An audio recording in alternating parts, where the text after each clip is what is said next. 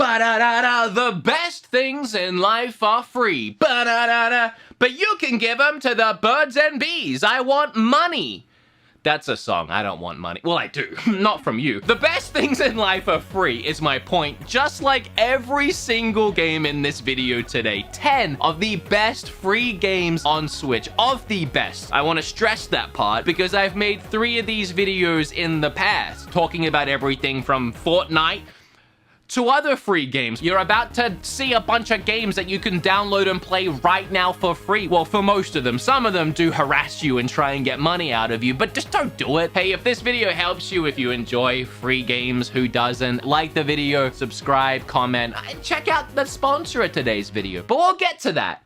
Let's start with game number 1. Alright, so I know I said Fortnite wasn't in this video, but it kind of technically, maybe not really, but it is. Super Animal Royale. This is one of those games I had no idea was on the Switch or even what it was. But it is essentially what would happen if you took Fortnite, made it 2D isometric and filled with cutesy woodland creatures, and then, you know, gave them weapons. If you've played Fortnite, you know what to expect here. You party on up with a bunch of friends or randoms or just fly solo, pile on into the match, and when you're ready, jump on out of that eagle and find somewhere safe to land. Scrounge for whatever weapons and ammo you can find, and then start surviving. The coolest part, in my opinion, is that it actually plays like a twin-stick shooter. You move with the left stick and then use the right stick to aim. The terrible part is everybody is cracked. I don't know what it is about Super Animal Royale, but I can barely stay alive for more than a few moments before getting destroyed. That said, I do manage to have some fun around that. You can get into these little hamster balls, and if you squish someone, it's an instant KO. That's very satisfying. You got your regular flair with a free-to-play game, your battle pass, your cosmetics, but I prefer this over a pay-to-win mechanic. I think Super Animal Royale is cute and has a ton of charm. It's actually really fun to play, and maybe you should check it out. It is brutally hard, though. I don't understand how everyone is this good. This video is sponsored by Tokyo Treat and Sakriko. Tokyo Treat time! This way, buddy! So if you like traditional Japanese treats, you can try Sakriko. Or if you enjoy more popular Japanese snacks, let's have a look at Tokyo Treat first. Banana caramel Kit Kats, Pringles. There's like a picture of a soup. Are they soup flavored? What do they smell like? Like Pringles.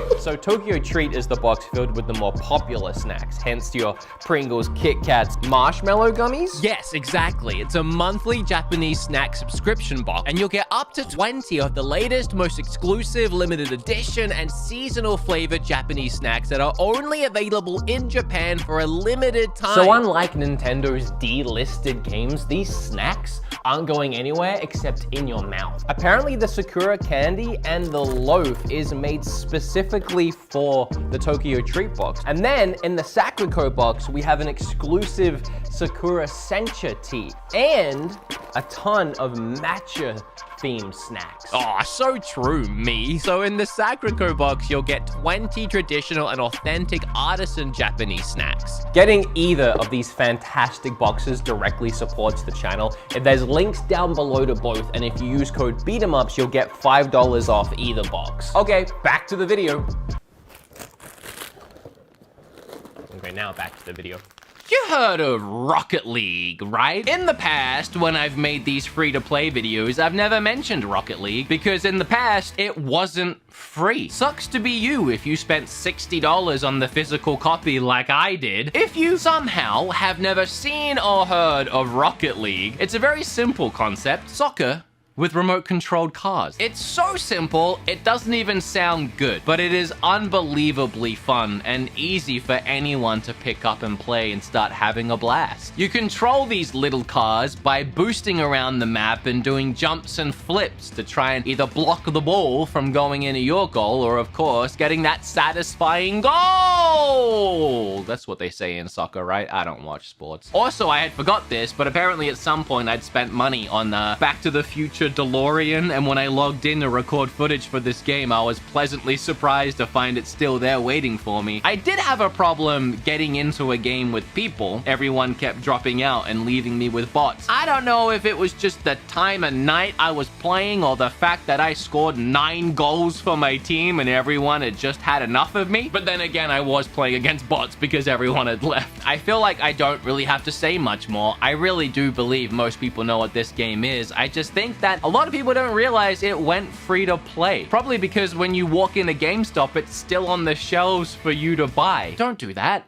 It's free now. You ever see or play a game that instantly makes you feel like 80 years old? That was me this week when I discovered Trove. Apparently this one's been on the Switch for a while, but I always passed it by and didn't notice it. It wasn't until I picked it up to start playing to see if it was worthy of being in the video I realized it's actually pretty fun. I felt old because as soon as I started, I was completely clueless as to what to do. It looked like Roblox mixed with Minecraft and it gave me no direction at all. Eventually, I figured out I was supposed to talk to little Qbert over here, and then he gave me a quest to go to the snow biome and start doing dungeons. By the way, there's a ton of different biomes and just thousands, seemingly, of dungeons scattered around for you to explore. As you start roaming the world, completing quests, you'll find just an insane amount of loot to start leveling up your character and class. I was instantly impressed by how much meat this game has. 15 different class types, each with their own weapons and abilities. So much loot to find with all these different rarity ratings and ways to upgrade yourself in the game. There were legitimately players playing everywhere, and you can touch this weird thing in each area and it'll zip you to an active group of players if you want to find some people playing and dungeoning together and just join up with their crew, which I really liked. Just be careful with the online chat. I was playing for maybe 5 minutes tonight on stream and the chat had some less than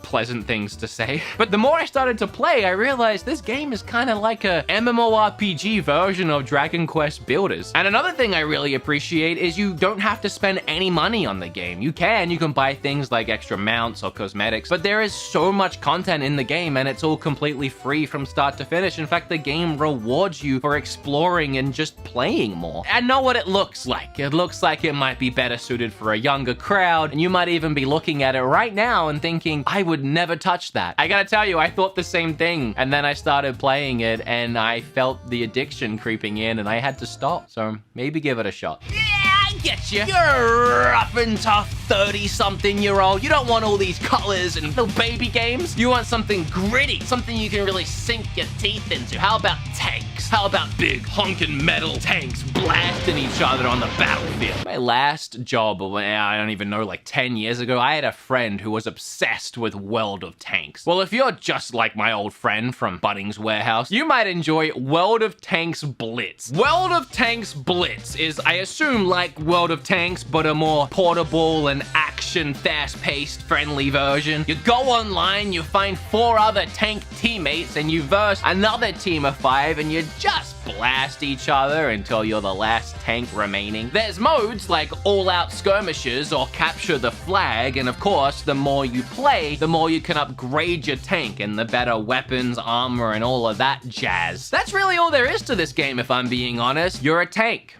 and you shoot other tanks. There's a lot of strategy behind the battles, and the more I played online, the more I started to understand why people enjoy this game. I'm just not a big fan of tanks. Let's move on to something I actually had a ton of fun with. The game is called, I think, Cursed Fode? I gotta say though, it looks like complete trash doo-doo. I had a look at this game on other consoles, and it actually looks pretty good. It's graphically intense, so I can see why it had to be scaled down so much to work on Switch. They obviously prioritized frame rates, and I can appreciate that. The game runs really smooth. It just looks bad. Now that we've got that horrible, ugly elephant out of the room, let's talk about the actual game. It is similar to Fortnite. It's closer to something like PUBG. You pick the character you want to play, and then you just get slapped into the map. There's no battle bus or eagle or anything. You're just kind of there. In fact, you're not even really there. You have to load in first. That's how badly optimized this game is. Every single game loads you in this slowly. But once you're in, that's when the fun starts. You start scavenging around armor, food, weapons, jetpacks, you name it. Once you're all geared up and ready for battle, well, you'll probably just keep looting, because that's all you really do in these games is loot, loot, loot until the end. If you're the last person surviving, you win! And I actually won one of the first games I played. In style, I might add. I found a sniper and the game is super responsive. It has gyro controls, and I sat up in a little tower and just started picking off my enemies like fish in a barrel. But there's some other things that make the game unique and interesting. Every character has their own special ability, like this one guy who goes ghost mode and can just zip around unseen until he's ready to pop out and start firing. And then tonight on stream, I played as another character who can dash around super fast. Also while playing, other players were activating these special effects that were affecting everyone on the map, like running with super speed, or even being able to fly. It's a really fun take on the Battle Royale series. It's just very janky, very ugly. If you can look past all of that, there isn't many shooters on the Switch, and this one's really easy to get into games with friends and just start having fun. I debated putting 2 card games on the list, but I ultimately decided to because both of them have been flying under my radar and they're both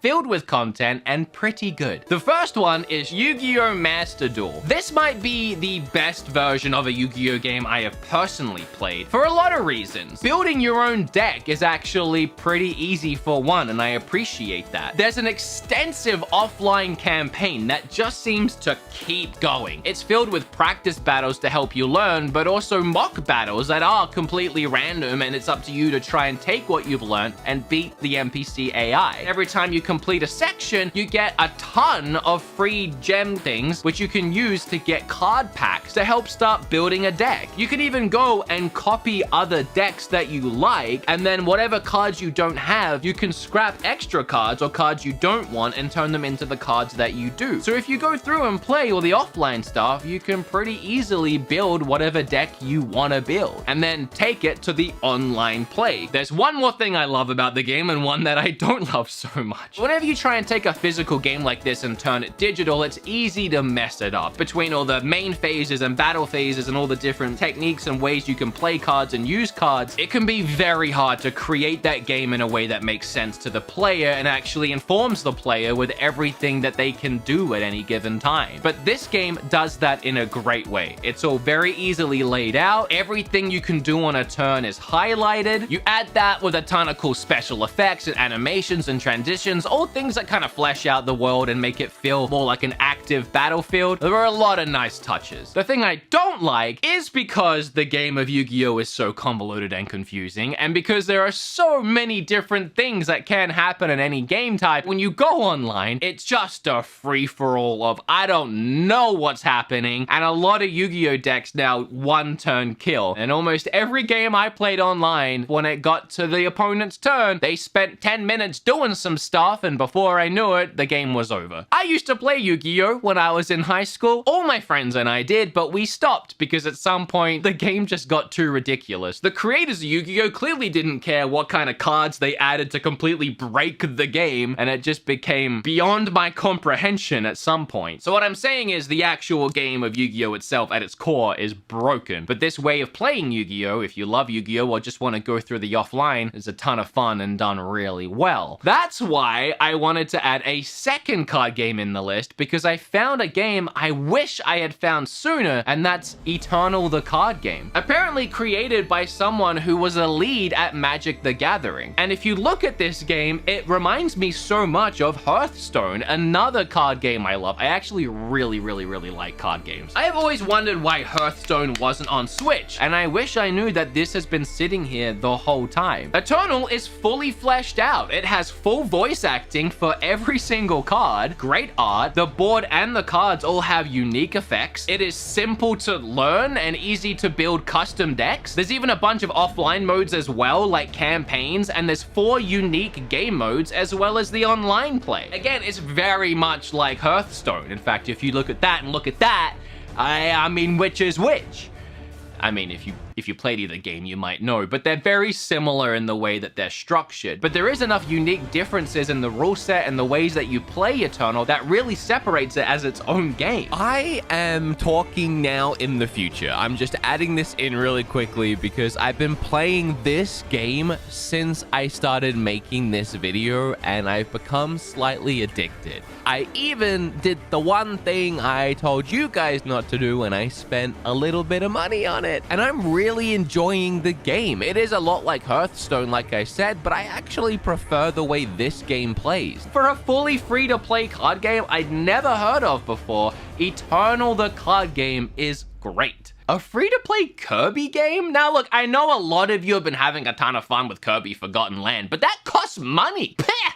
There's a free one, you know. It's not great, but it's free. Super Kirby Clash, it is actually fun, but it's just boss battles. It's boss battles after boss battles. I'm not doing a good job at selling it. I mean, it has the music, it has the flair, the sound effects. It's a classic Kirby game where you can either play offline with bots who actually do a pretty good job at helping you, or online with real players who do a much better job at helping you take down boss battle after boss battle. And the more you progress through these boss battles, the harder they become. So that's where you have to start upgrading yourself. There are different classes like swords, magic, and hammers. Each play their own role and have their own abilities and attacks, and you can upgrade the gear that you get for each of those classes. You upgrade that gear in a couple different ways. One, by playing, and the game is pretty lenient for a free-to-play game and giving you all the gems and apples you need to upgrade your equipment. Or, of course, you can just do it quicker. With a game like this, where it's not competitive, you're actually getting help from people or helping people yourself, I don't think there's anything too wrong on if someone wants to speed up the process, especially if they're gonna come into my game and start helping me. But that said, I just wouldn't spend any money in this game if I was you, and it's nice that you don't really have to. So if wailing on a bunch of classic Kirby enemies with a few of your friends sounds like a good time, Super Kirby Clash. From cute cuddly Kirby to taking cover behind the nearest wall and shooting at your enemies,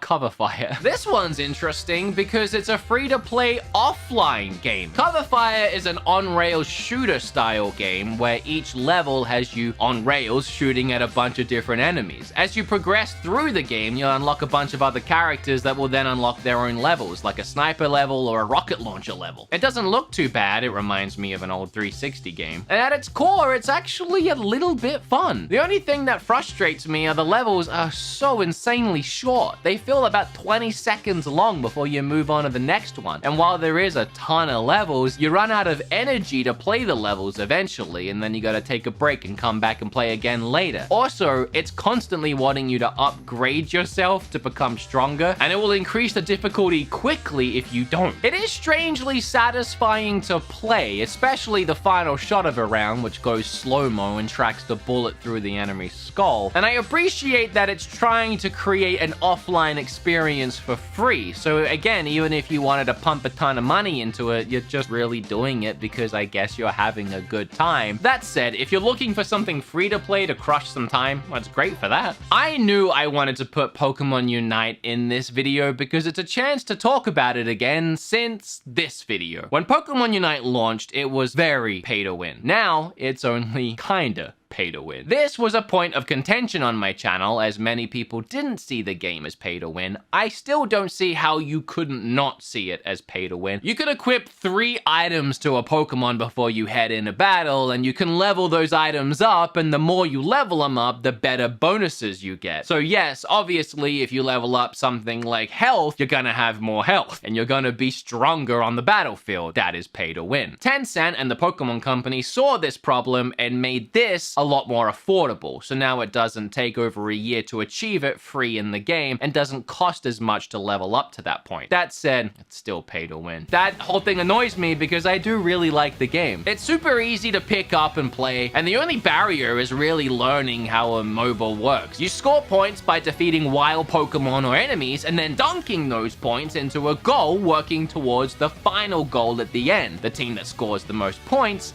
wins. I really love the back and forth here in that gameplay. I mean, if you can destroy enemy goals, it pushes their lane back further, so they have less safe spaces around the map. The one caveat is Zapdos usually ruins the flow of any battle. In the last 2 minutes, Zapdos appears, and if you can defeat it, you get double points and free scores essentially for a limited amount of time, which can completely sway the trajectory of the battle, and a losing team can win right at the end. But I think for a Pokemon MOBA, this is really what it had to be, and it does have some charm to it. If you've never tried a MOBA, this is a great place to start learning. My biggest piece of advice I can give to new players or people struggling in the game is just don't go feed the enemy with your death. They level up so much when you do that. You're better off doing nothing than that. So just hang back, play safe, and try and play a support role and help the players that might know what they're doing, hopefully. If no one on your team knows what you're doing, you're screwed.